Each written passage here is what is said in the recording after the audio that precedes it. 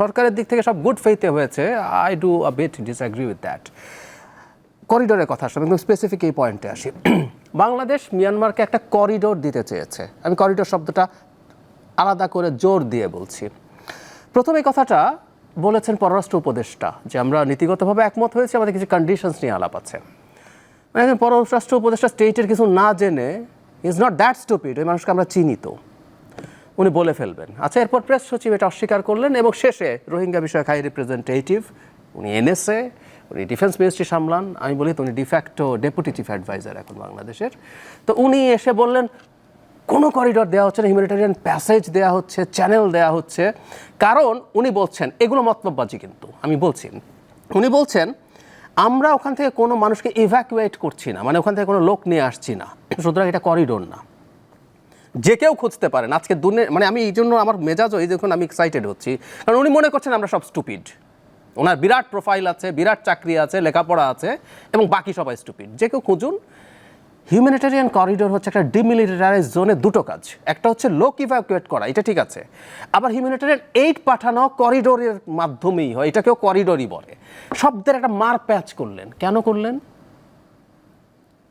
এইগুলো বলছি, আপনি যদি গুড ফেইথে করতেন আপনি বলতেন হ্যাঁ ভাই আমরা একটা করিডোরই দিতে চাচ্ছি, আলাপ করছি না। আপনি এই শব্দটাকে নিয়ে, যেহেতু করিডোর শব্দটা নিয়ে যথেষ্ট জল ঘোলা হয়েছে, আরে বাবা প্যাসেজ যদি হয়ও, করিডোর যদি হয়, রেজাল্ট ইজ দ্য সেম, কিন্তু এটা করিডোরই, আবারও বলছি। আর উনি এত বছর জাতিসংঘে কাজ করে এসে যদি করিডোরের সংজ্ঞা না জানেন, দ্যাটস ফ্রাস্ট্রেটিং। শুধু সেটা না, একটা পর্যায়ে আমরা দেখলাম জাতিসংঘের যিনি স্থায়ী প্রতিনিধি তিনি বলছেন কোনো আলোচনাই নাকি হয় নাই জাতিসংঘের সাথে। উনি বলছেন দুই পক্ষ, যে দুই স্টেট আছে তারা আলোচনা করবে, তারা যদি অ্যাগ্রি করে জাতিসংঘ এখানে সহযোগিতা নিয়ে আসবে। অথচ জনাব খলিল, এমনকি প্রধান উপদেষ্টাও জাতিসংঘের মহাসচিবের কথা বলেছেন। শুধু সেটা না, জনাব খলিল ডিটেল যে সংবাদ সম্মেলন করেছেন সর্বশেষ এই ইস্যুতে, সেখানে তিনি বলছেন জাতিসংঘ নাকি আরাকান আর্মির সাথে কথা বলছে এই প্যাসেজের ব্যাপারে, তার ভাষ্য মতে।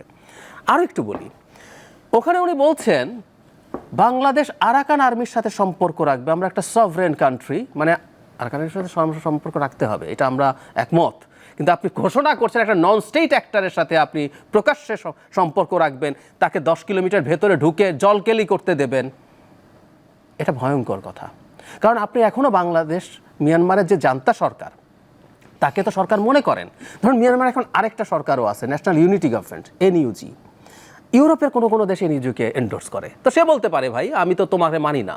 তো আমি তো জান্তা সরকারকে এখনও মিয়ানমারের বৈধ সরকার বলে মানছি, আবার বলছি আমি আরাকান আর্মির সাথে সম্পর্ক রাখবো। এবং জনাব খলিলের মাধ্যমে আমরা জানলাম এপ্রিল মাসে জান্তা সরকার আমাদেরকে চিঠি দিয়ে আরাকান আর্মির সাথে সম্পর্কের ব্যাপারে সতর্ক করেছে। তো এই কাজগুলো কেন হচ্ছে?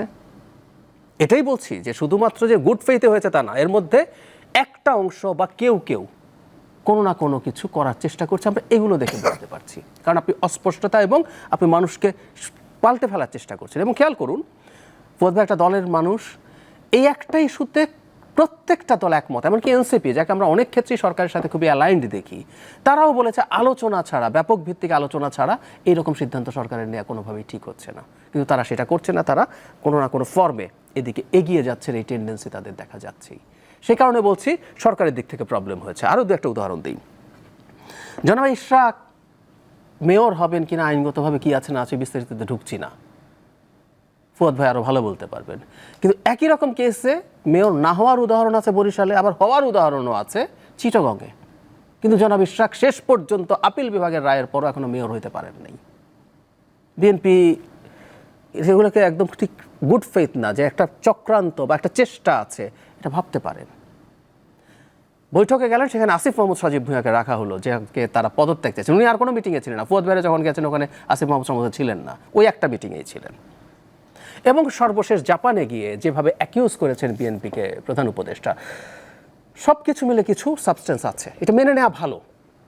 কিন্তু এবং এরপরের অংশে আমি একমত যে আপনি বহু ক্ষেত্রে না দূরত্ব বাড়তে বাড়তে এমন হয় যে পরস্পরকে অবিশ্বাসের এমন জায়গায় চলে যায়, তখন আসলে দুই পক্ষের রিয়াকশান শুরু হয়। এই মিটিং আমি মনে করি সেটা কমিয়েছে, হুইচ ইজ রাইট। দুজনই ভালো মানুষ, দুজনই তার পরস্পরের দূরত্ব কমানোরই চেষ্টা করেছেন এই মিটিংয়ে, সেটা হয়েছে। কিন্তু আপনি যে প্রশ্ন করছিলেন এটা কি থাকবে সাস্টেইনড, আমি বিট কনফিউজড। কারণ আমি মনে করি এই সরকারের পাওয়ার সেন্টার কয়েকটা আছে এই সরকারের, মানে উপদেষ্টা পরিষদের ভেতরেই। আচ্ছা, কেন বলছি এই কথা? আমাদের কি মনে আছে নিশ্চয়ই একবার ঐক্যমত্য কমিশনের 3 জন সদস্য, আমি নামই বলছি, ডক্টর আলী রিয়াজ, ডক্টর বদিউল আলম মজুমদার এবং মনির হায়দার প্রধান উপদেষ্টার সাথে দেখা করেছেন সংস্কার নিয়ে। বের হওয়ার পর তারা বলেছিলেন, প্রধান উপদেষ্টা বলেছেন ডিসেম্বরের মধ্যে নির্বাচনের জন্য প্রয়োজনীয় সংস্কার আপনারা দ্রুত করে ফেলুন। মিডিয়াতে চলে আসলো, স্ক্রল হলো, অনলাইন পোর্টালগুলোতে সব নিউজ মুহূর্তেই চলে আসলো। 45 মিনিটস পর প্রেস টিম থেকে একটা স্টেটমেন্ট যে না, প্রধান উপদেষ্টা ডিসেম্বর বলেন নাই, তিনি ডিসেম্বর থেকে জুন যে কথা বলেন সবসময় সেটা বলেছেন।